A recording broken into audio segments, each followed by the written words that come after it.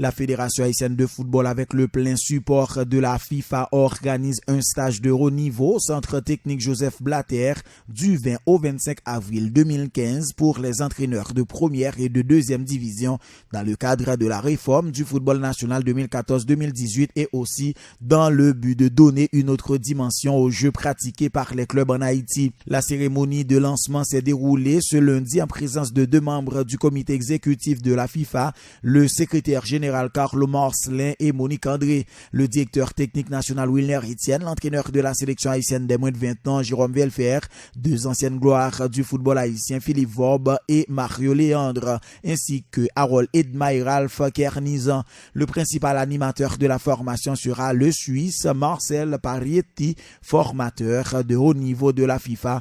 Sont concernés par ce stage de haut niveau les 20 entraîneurs des clubs de l'élite et 10 autres militants en deuxième division. Un des membres du comité exécutif qui a pris la parole au nom du président de la Fédération haïtienne de football Yves Jambard, Monique André, souhaite que les entraîneurs fassent de leur possible pour bien assimiler les notions qui seront traitées. Elle invite les techniciens à mettre leurs connaissances au service du football haïtien. Monique André. À vous, chers entraîneurs, au nom de la Fédération haïtienne de football, j'aimerais vous souhaiter la bienvenue parmi nous.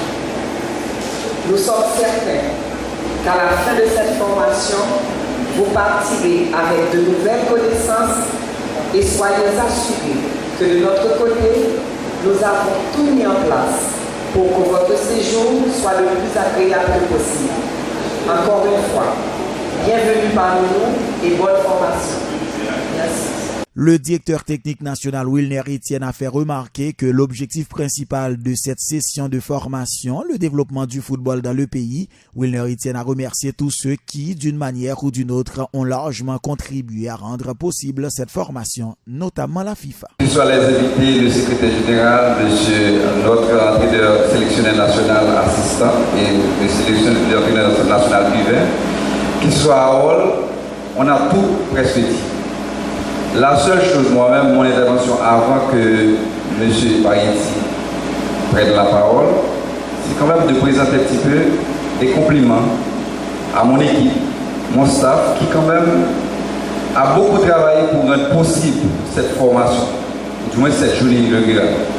Bon, pendant toute cette semaine, ce staff va être présent, que ce soit au niveau de la restauration, au niveau de l'hébergement, au niveau d'encadrement sur le terrain, au niveau de logistique, au niveau de communication. Je voudrais quand même publiquement leur dire merci et compliments pour leur travail à mes côtés. Parce que sans eux, ce serait difficile d'avoir toute cette organisation pour réussir un petit peu cette initiative qui, à mon avis, au niveau de la direction technique nationale est d'ordre. Parce que cette année, on a beaucoup de formations et cette formation qui vient juste de démarrer, c'est quand même la clé. La clé pour donner le signal aux entraîneurs, au club, que maintenant, on a, disons, l'intention, on a envie, on veut à ce que ça change, on veut apporter quelque chose de neuf au niveau de la méthode, au niveau de la performance, au niveau de l'amélioration du jeu dans le football haïtien. Donc encore un grand merci à mes invités, que ce soit Philippe, Mario, Ralph, que ce soit à Velfer, à Hall, et aussi un chaud applaudissement pour l'instructeur Parietti qui, dès son désignation, sa désignation, je l'ai envoyé un email pour lui dire félicitations et on l'attend. Et à côté de ça, on a beaucoup échangé et maintenant ça devient la réalité. Donc encore une fois, M. Parietti, bienvenue parmi nous. J'espère que cette semaine va être fructueuse, que ce soit avec nous au niveau de l'académie, que ce soit avec les entraîneurs qui eux-mêmes ont envie et ont besoin d'améliorer le jeu. Pour Carlo Marcelin, secrétaire général de la fédération, cette séance de travail va beaucoup apporter au club de l'élite. Elle vise à améliorer la philosophie et le plan de jeu des clubs. Carlo Marcelin promet que ce sera un stage très productif pour le football haïtien en général et en particulier aux 20 clubs de D1. Je dois déjà annoncer à Marcel que ce cours va apporter déjà un grand changement dans le football. Ça va permettre à mes collègues qui sont là, mes collègues entraîneurs, de renforcer leurs capacités, mais également de s'améliorer au niveau de la physiologie du jeu. Parce que des fois, quand on regarde le championnat national, quand on va voir les matchs, on sent qu'il n'y a pas une philosophie, un plan de jeu qui a été établi. Mais à travers ce cours, à travers cette semaine de travail, déjà, je pense que les entraîneurs vont s'améliorer davantage. Cette semaine de travail sera vraiment très positive pour le football haïtien et j'espère que les échanges entre nos entraîneurs et instructeurs apporteront un changement réel dans notre philosophie de jeu. Et pour terminer, je souhaite bonne chance à nos entraîneurs haïtiens parce que je sais que cette année les exigences sont de taille avec 20 clubs en première division, 40 clubs en deuxième division. Vraiment, ils ont du boulot, ils ont du travail à faire. Alors, je souhaite déjà bonne chance et retourner chez nous après samedi avec un bagage négatif, un diable déchargé, pour apporter lumière aux footballeurs. Parce que je dis vraiment, mais ça là, il passé, mais il ne pas passé, j'ai quelque chose qui est passé. Parce que les footballeurs de nos jours, ils ont des temps, ils ont des patience, ils ont des tolérances. Parce que société aujourd'hui, si pas qu'on est footballeur, qu'on est environnement, formation c'est où, mais environnement je là, pas de qu'on est joueur, famille, madame, qui savent faire dans la vie, il est très difficile que nous formation là, nous passons qu'on est et ça a la capacité. Chaque seconde dans le football a un prix. L'entraîneur doit travailler au lieu d'être une victime passive des événements. Il doit être un rassembleur et ce stage doit servir pour permettre aux équipes de progresser, a déclaré pour sa part Mario Léandre, lui aussi ancienne gloire du foot haïtien. Monsieur, ça c'est mon papier mémoire. Un entraîneur doit toujours avoir un petit bouquin de cahier pour prendre des notes. Ok? Je commence. Je n'aime pas les longues histoires, mais j'apprécie beaucoup les détails. Et dans le football, qui est notre point commun, ils sont nombreux. Et celui d'entre vous qui refuse de penser aux détails, déjà, il est voué à l'échec et ne réussira pas. Car chaque seconde dans le football a un prix.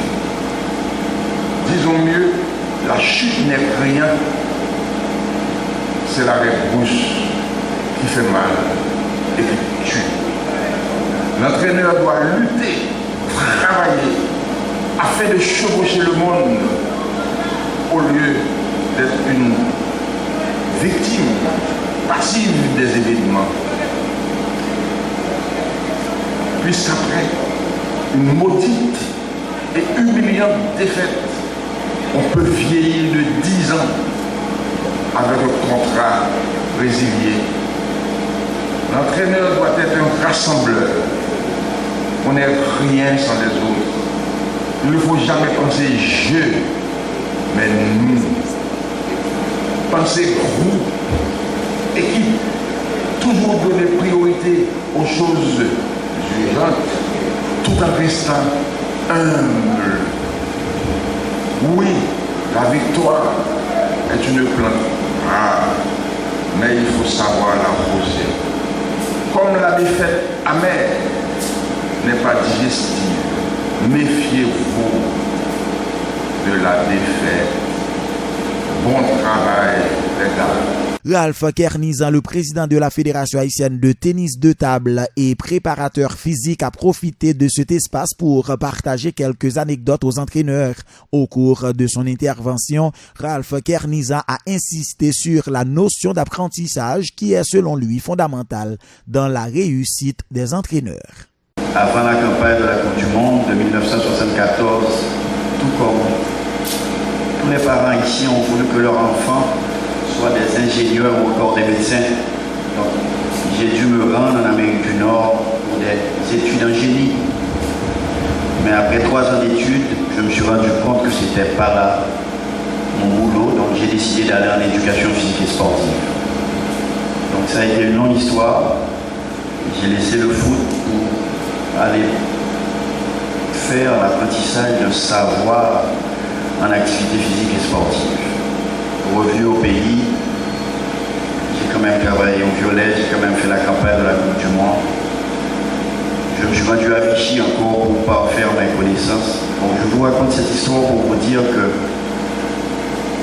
de plus en plus, n'arrêtez pas de vous informer, n'arrêtez pas de cultiver ce savoir parce que ce jeu de plus en plus devient très exigeant. Et même lorsque vous avez ce savoir, il faut savoir écouter les autres. On apprend toujours de l'autre.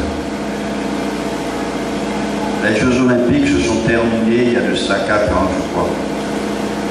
Tous les entraîneurs étaient unanimes. J'ai lu quelque part qu'il fallait 30 à 35 heures de travail semaine. Donc, pour bien harmoniser cette journée, je vous le dis sincèrement, il faut bien comprendre la problématique de cet entraînement-là. Donc, ayez des objectifs nobles, réalistes. N'arrêtez pas de vous cultiver en matière d'activité physique et sportive. Donc, bon stage. Merci Wilner. On a tenu à être avec toi. Je pense que c'est un métier noble. On a intérêt à ce que ces jeunes, une fois leur formation terminée, qu'ils quand même manifestent le désir de venir à leur tour des formateurs de formateurs. C'est un beau métier, je vous le dis sincèrement. C'est l'un des plus beaux métiers du monde. L'entraîneur de la sélection des moins de 20 ans, Jérôme Velfer, a félicité tous les entraîneurs qui prendront part à la formation.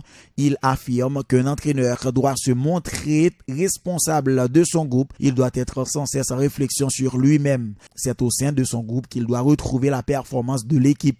Par ailleurs, il a profité pour critiquer le comportement des joueurs qui réagissent toujours contre les décisions d'un arbitre. Félicitations à chacun d'entre vous d'être présent ici.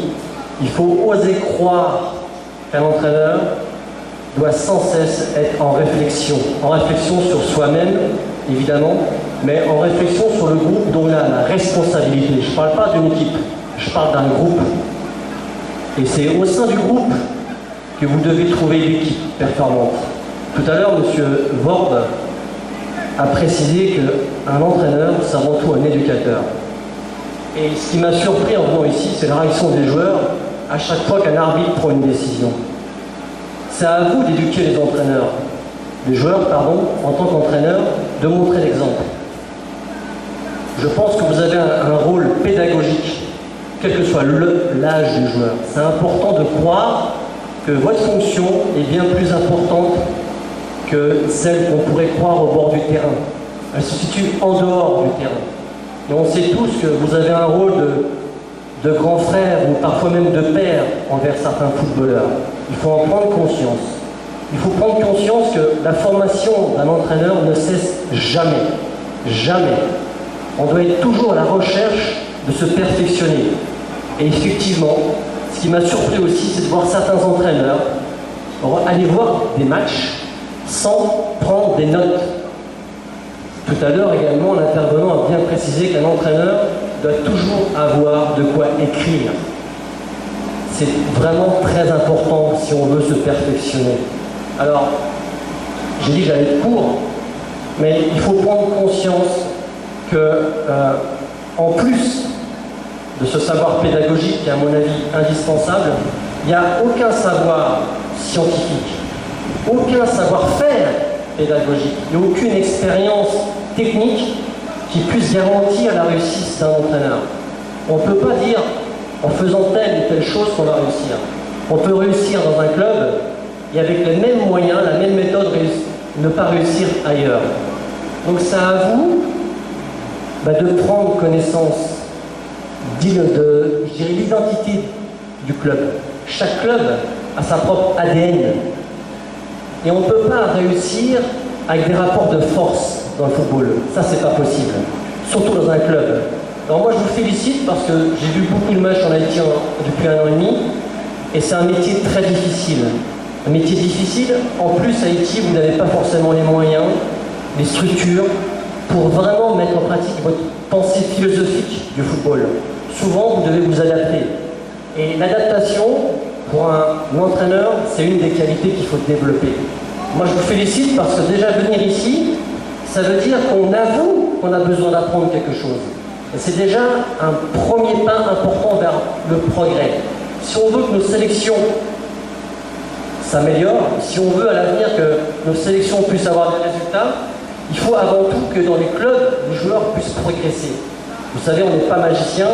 Une sélection, ça reflète souvent le niveau des joueurs en club. Après, évidemment, c'est un métier où on est amené à prendre des choix. Comme tout le monde, c'est comme vous également, parfois on peut se tromper. Ce qui est important, c'est de le comprendre et de l'avouer. Ne pas remettre la faute sur un joueur, sur un arbitre. Ils font tous partie du football, les arbitres. Il y a tellement de facteurs extérieurs qui interviennent à la performance sportive qu'il faut en tenir compte. Donc, concentrez-vous sur les facteurs de la performance sur lesquels vous avez une influence, c'est-à-dire la culture tactique d'un joueur, la culture tactique collective, l'animation d'un système sur le plan offensif et défensif. Là, vous avez une influence. Mais détachez-vous de l'arbitrage, des facteurs qu'il y a autour d'un match. Concentrez-vous sur les facteurs sur lesquels vous pouvez intervenir. Et à travers cette formation, quand j'ai vu le programme, je me suis dit, mais en une semaine, c'est pas possible, ils ne vont pas pouvoir tout faire. Et finalement, M. Paglietti s'est engagé à vous donner toutes ces informations. Après, c'est un outil de travail. Comme les outils, chacun va l'utiliser différemment.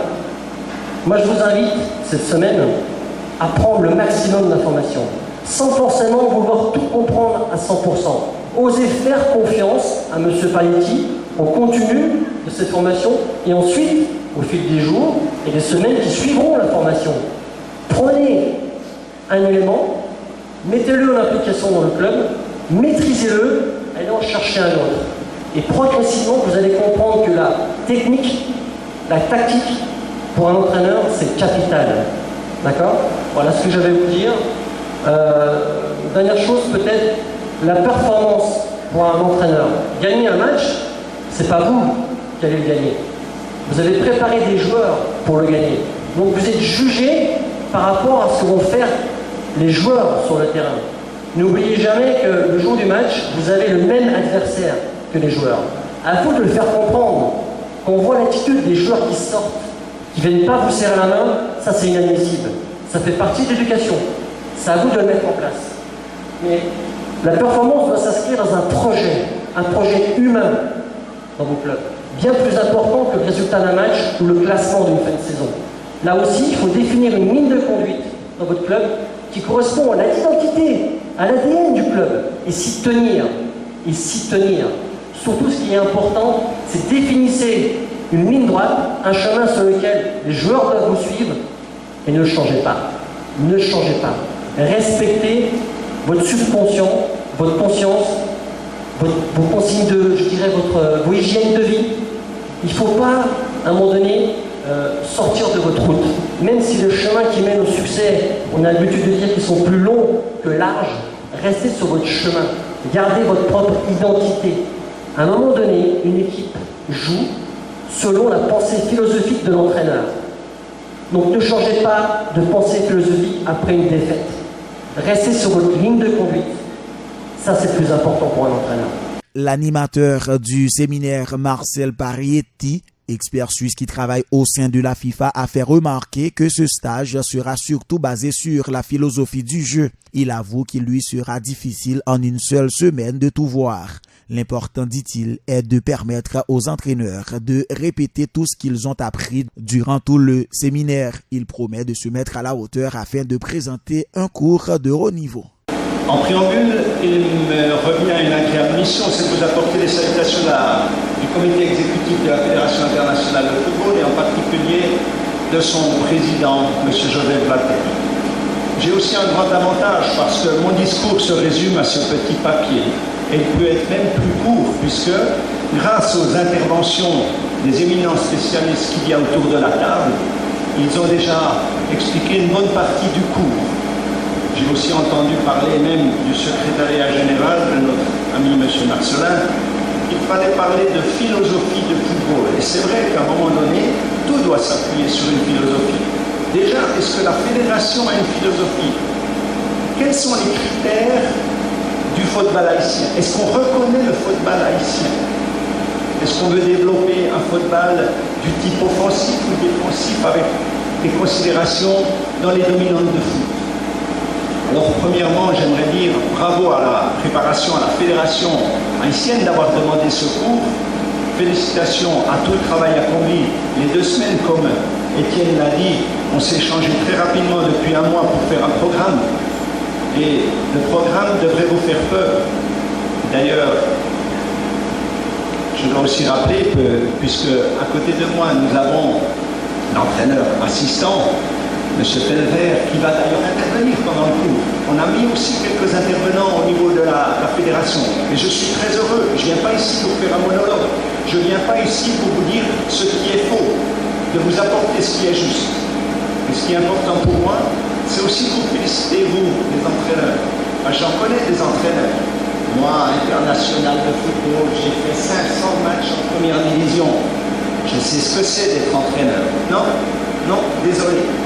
On connaît des joueurs qui n'avaient pas de grande capacité de devenir de grands entraîneurs et de grands joueurs devenir des piètres entraîneurs. Je sais parce que j'ai joué, non. Je copie ce que j'ai fait avec l'entraîneur X ou Y. Si c'est faux, qu'est-ce que je fais? Et c'est ça qui est important. Alors vous l'avez vu peut-être, ou vous le verrez dans quelques minutes, le programme dans lequel tous les domaines de la personnalité de l'entraîneur en particulier seront revus et de travailler ses dominantes. Le foot, c'est quoi? Et je suis sûr que certains joueurs, le foot, c'est 22 joueurs qui courent après un ballon. Non, c'est de la technique, la tactique, la condition et du physique. Et il faudra remettre ça dans le cours en général pour avoir un travail par rapport au foot de haut niveau. On m'a dit, je dois donner un cours de haut niveau. Je donnerai un cours de haut niveau. On pourrait me dire, mais à quoi bon ce cours? On est en progrès, la fédération. Vous êtes 38e maintenant au ranking FIFA. Vous êtes en progression. Vous avez une superbe équipe moins de 17. Vous avez une structure avec des entraîneurs compétents au niveau des équipes nationales. On a toujours besoin de formation. Et puis, cette formation se fera selon une adaptation et une flexibilité. Conditions climatiques, les besoins, vos besoins. D'ailleurs, je ne vais pas trop me fatiguer. Je vais surtout faire les théories. Les pratiques, je vais les mettre assez rapidement en pratique selon une méthode de travail. Et puis après, vous me copierez ou vous me montrerez ce dont vous êtes capable. J'ai un certain âge qui ne me permet plus de faire 36 entraînements pratiques. Donc c'est vous, chers amis, qui mettrez en pratique par rapport à la matière que je vous